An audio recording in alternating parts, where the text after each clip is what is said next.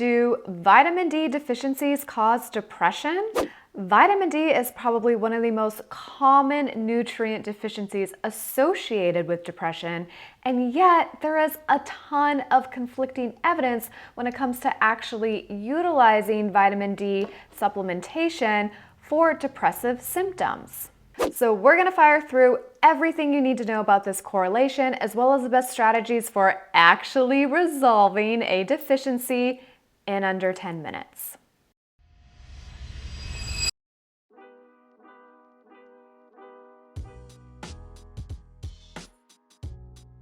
Hi, I'm Jess. I'm a clinical nutritionist, and this channel is all about optimizing your diet and your lifestyle for better mental health. And today we're discussing vitamin D, specifically vitamin D and depression. The first thing that I think is incredibly helpful to understand about vitamin D is that it's not actually a vitamin like a lot of other nutrients, but functions more as a fat-soluble hormone in our bodies. Vitamin D is produced mostly in the skin in response to sunlight, and then it's also absorbed in small amounts from the foods that we eat, but there actually aren't a ton of foods that give us a significant source of vitamin D. The liver and kidneys convert vitamin D produced in the skin and taken up in the diet into the active hormone, which then has its various functions in the body. What vitamin D is generally known for is bone health. We need vitamin D to help absorb and maintain minerals like calcium and phosphorus, but vitamin D has many other functions as well, especially ones that play a role in mood regulation. We'll get to that in a minute. Deficiencies in vitamin D is incredibly common. It's estimated that more than half of the US population has insufficient levels. According to the US National Health and Nutrition Examination Survey, 70% of adults and 67% of children age 1 to 11 in the United States do not have adequate levels of vitamin D, even when fortification and supplementation are considered. The reason why this deficiency is so prevalent is very multifactorial. Number one, there's the lifestyle component where many of us are indoors all day, so we do not get as much sun exposure. Number two, there's a location factor, so those that live in a more northern latitude don't get exposed to as much sun as well. Number three, vitamin D synthesis is highly dependent upon the concentration of melanin in your skin. And this is why the darker your skin, the longer you need to spend in the sun to make more vitamin D. It can be up to 3 to 6 times longer for darker skin tones, which is why certain ethnicities like Black and Hispanic individuals are more prevalent to have vitamin D deficiencies. Number four, there are several genetic factors, and these influence vitamin D receptors that we have all throughout our bodies, as well as vitamin D uptake. So deficiencies are incredibly common, and I've found working with people clinically for several years and seeing their labs that people drastically overestimate the amount of vitamin D that they're getting from the sun and drastically underestimate the amount of vitamin D that they need to be taking to reach optimal levels. We'll get into optimal levels in a minute. But let's circle back to why this deficiency is an incredibly common association with depression and depressive disorders. Vitamin D plays an important role in serotonin production. So vitamin D is thought to be a key regulator of serotonin. What does that mean? Serotonin, our mood-boosting neurotransmitter, is synthesized from the amino acid L-tryptophan. And L-tryptophan, it turns out, is transcriptionally activated by the vitamin D hormone. Next on the list is brain function. Vitamin D receptors are present all throughout the brain. Vitamin D plays a role in seasonal affective disorder. Vitamin D reduces inflammation and oxidative stress, and inflammation in the brain is a huge factor and contributor to depressive symptoms. And vitamin D is, of course, essential for immune system modulation, which also is a very important factor when it comes to your mood.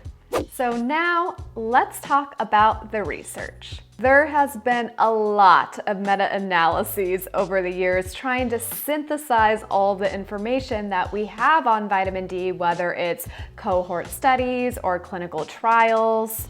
Many of these meta-analyses came to the conclusion consistent with the hypothesis that low vitamin D concentration is associated with depression, but then would often be inconclusive about causation or positive outcome treatment, like taking a certain amount of vitamin D. But I believe that more recent meta-analyses have actually very much been in vitamin D's favor. So a 2020 meta-analysis that covered 25 trials and over 7,000 participants found that vitamin D levels had an effect on those with depressive and major depressive disorder when levels were below 50 nanomoles per liter, which is equivalent to 20 nanograms per milliliter, how we normally measure vitamin D. And a 2023 umbrella meta-analysis confirmed the potential benefits of vitamin D supplementation in reducing symptoms of depression, as well as an inverse relationship between higher serum levels of vitamin D and overall depression. What I really liked about this study is that they found when vitamin D supplementation in studies were using a dose over 5,000 IUs a day as an intervention, it was more effective in lowering depression symptoms. So the evidence looks pretty good to me, especially when we're referring to dosing that is more in alignment with what we would actually use clinically to try and resolve someone's vitamin D deficiency. So let's actually talk about the strategies for resolving vitamin D deficiencies now. I think a lot of the times it's just like, take vitamin D, it will be fine. And there are a few factors that you may actually want to consider and some reasons why some people might find that they take vitamin D and yet whenever they get their levels tested, it's still very, very low.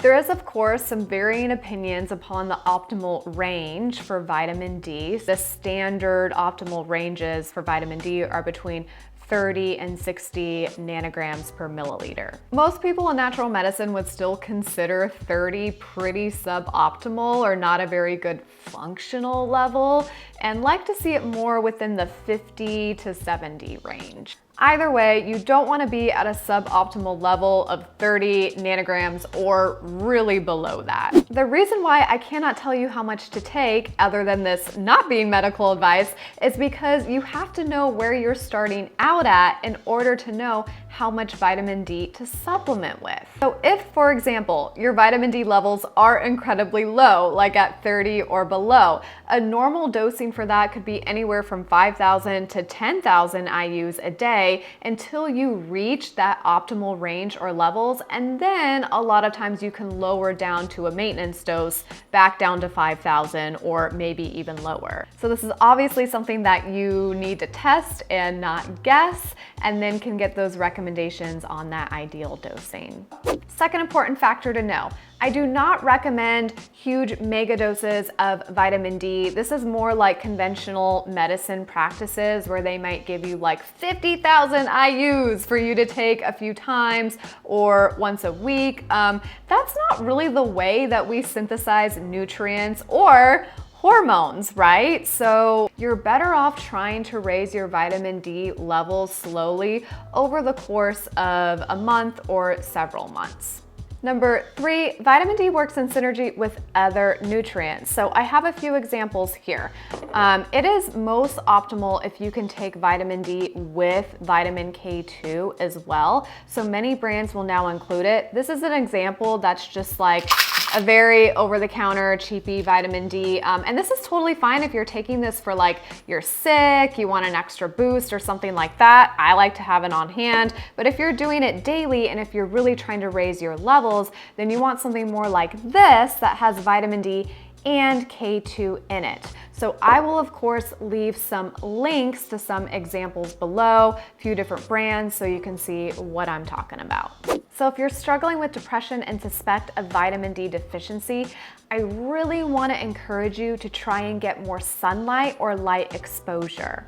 Yes, it will give you more vitamin D, but light exposure, actually independent of vitamin D, increases the brain's release of serotonin, which is why light therapy can be so effective for treating seasonal depression, otherwise known as seasonal affective disorder. So if you're interested in learning more about light therapy and depression, make sure that you check out this video up here that's all about red light therapy and how it completely crushed my seasonal depression. Hopefully, I'll see you in that one.